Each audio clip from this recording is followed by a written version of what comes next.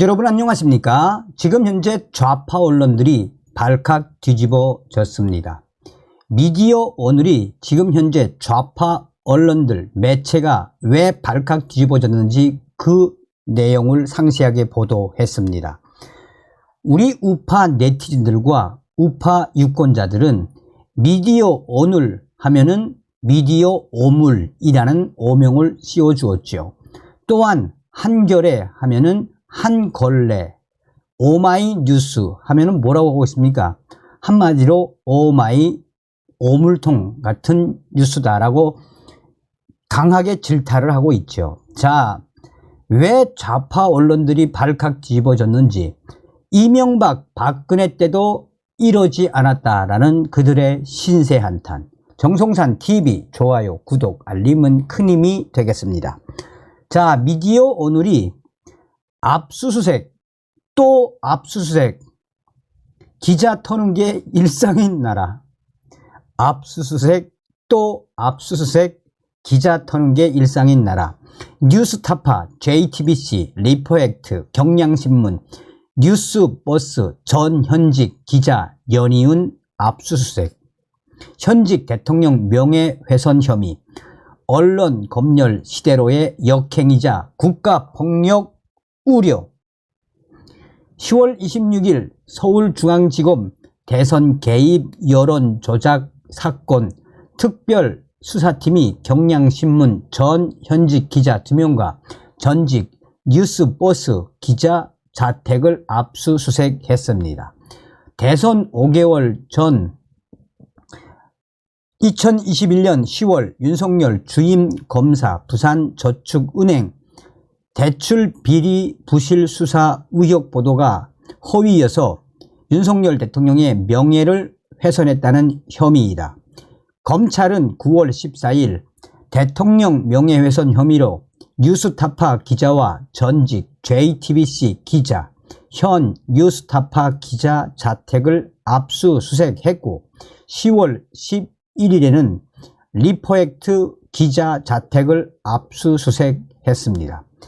기자를 향한 도 넘는 압수수색이 일상이 되고 있습니다. 윤석열 검증 보도로 수사 대상에 오른 언론은 현재까지 뉴스타파, JTBC, 리포액트, 경향신문, 뉴스버스.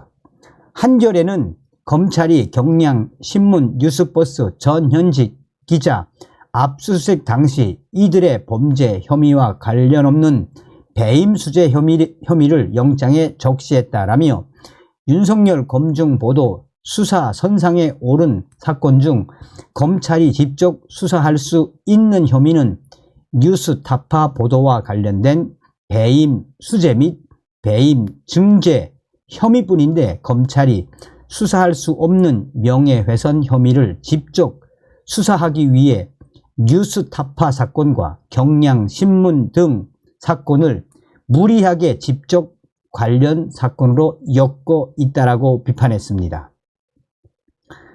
한국기자협회 경향신문 지회와 언론노조 경향신문 지부는 과거 이명박 박근혜 정부 시절에도 이런 일은 없었다라며 강하게 반발했습니다. 이들은 부실 수사 의혹 기사를 쓸 당시 경향신문 기자들은 직업윤리를 준수했다라며 증언은 왜곡 없이 전달했고 윤석열 당시 대통령 후보를 비롯해 사건 관계자들의 반론도 충분히 실어졌다라며 이번 압수수색은 언론의 자유를 극도로 위축시키는 정치적 행위이자 언론 탄압이라고 지랄을 떨었습니다. 이어 유력 대선 후보자 검증을 두고 검찰은 대선 개입 여론 조작 사건이라 칭하며 과거 보도들을 하나하나 들춰내고 있다라고 우려했습니다. 뉴스버스도 검찰은 부산저축은행 수사를 하면서 무려 1,805억 원 규모에 이르는 대장동 부실 대출 비리는 왜 빠뜨렸는지 혹은 왜 뺐는지에 대해 국민들이 납득할 수 있는 설명부터 내놓아야 한다라며 기자 압수수색은 윤석열 정권의 비판적인 언론들을 겨냥한 언론 탄압의 연장선이라고 비판했습니다. 그러면서 일부 언론을 향해 언론 보도 위협 타이틀을 달고 기사를 내보냈는데, 위협이라는 단어로 면죄부 삼아 취재 없이 허위 보도라는 용어를 함부로 쓰는 것은 언론 스스로를 깎아내리는 행위라며 자제를 당부했습니다. 여기에 민변이 빠질 수가 없죠. 민변 언론미디어위원회 위원장인 김성순 변호사는 윤석열 정권의 검찰이 명예훼손 혐의를 이유로 언론사 압수수색을 진행하는 것이 검찰 수사 권한 범위 내인지 여부에 의문이 있고, 이미 어떠한 사실을 공표한 것은 언론사 보도로 명백히 증거가 확보되어 있다고 할 수 있는데, 무엇을 목적으로 압수수색을 진행하는 것인지 이해하기 어렵다라고 지랄을 떨었습니다.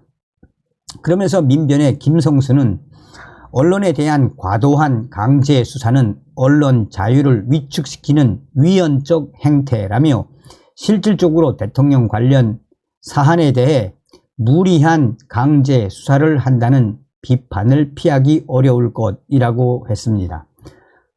자, 전국 언론 노동조합은 반복되는 윤석열 정권의 검찰의 언론인과 언론사 압수수색은 언론 자유를 보장해온 사법적 판단을 깡그리 무시한 채 윤석열 대통령의 심기와 국민적 심판에 직면한 정권의 안위를 고려한 정치적 수사라고 비판했습니다.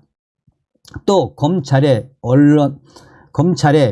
언론인 압수수색은 윤석열 정권 들어 방통위, 방심위, 문체부, 서울시 등 온갖 기관과 수사권까지 마구잡이 동원해 펼쳐지고 있는 언론 탄압의 한 축으로 권력을 총동원한 언론 검열 시대로의 역행을 선명하게 보여주고 있다라며, 대통령을 향한 누구의 비판도 용납하지 않겠다는 국가폭력이라고 주장을 떨었습니다.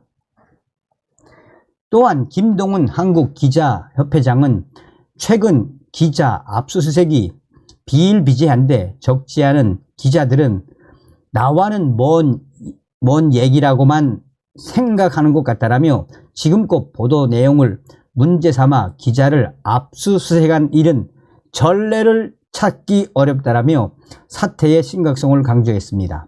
그러면서 최근 몇몇 언론사에서는 압수수색에 대비해 매뉴얼이라도 만들어야 하는 것 아니냐라는 이야기까지 나오고 있다라며, 실제로 대응책을 만들어 놓은 언론사도 있다라고 강조하고 있습니다.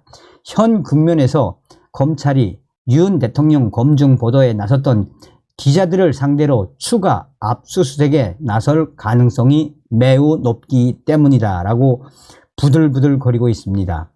언론개혁 시민연대는 대통령 당선 이후 후보자 시절 검증 보도까지 이잡듯 뒤져 수사와 기소 대상으로 삼는다면 민주주의 선거제도는 제대로 작동할 수 없다라며, 대통령 명예를 훼손했다는 이유로 특별수사팀을 구성하고 이처럼 빈번히 언론인 압수수색을 벌이는 나라는 민주국가 중에는 없다라며 현 상황을 강하게 우려했습니다. 이어 검찰의 부실 수사 의혹을 검찰 스스로 허위로 단정해 수사하는 건 타당하지 않다라며 대통령 명예훼손 수사 중단을 요구했습니다. 현 상황이 바로 잡히지 않는다면 앞으로 대통령 비판 보도에 나서는 기자들은 압수수색을 각오해야 할 것이다라며 부들부들 떨고 있습니다. 자, 이 기사가 이제 포탈로 올라갔는데, 그 포탈에 올라간 댓글들이 왜 대통령 선거 가짜 뉴스 유포했던 좌파 언론들이 왜 부들부들 거리냐, 왜 너희들이 발칵 뒤집어졌는지 그 이유를 알겠다. 이명박 박근혜도 박근혜 대통령 때도 이러지 않았는데 너희들의 그 충격적인 부들부들거림을 알 것 같다라는 2030 유저들의 댓글이 계속 확대되고 있습니다. 다음 시간에 뵙겠습니다. 열공.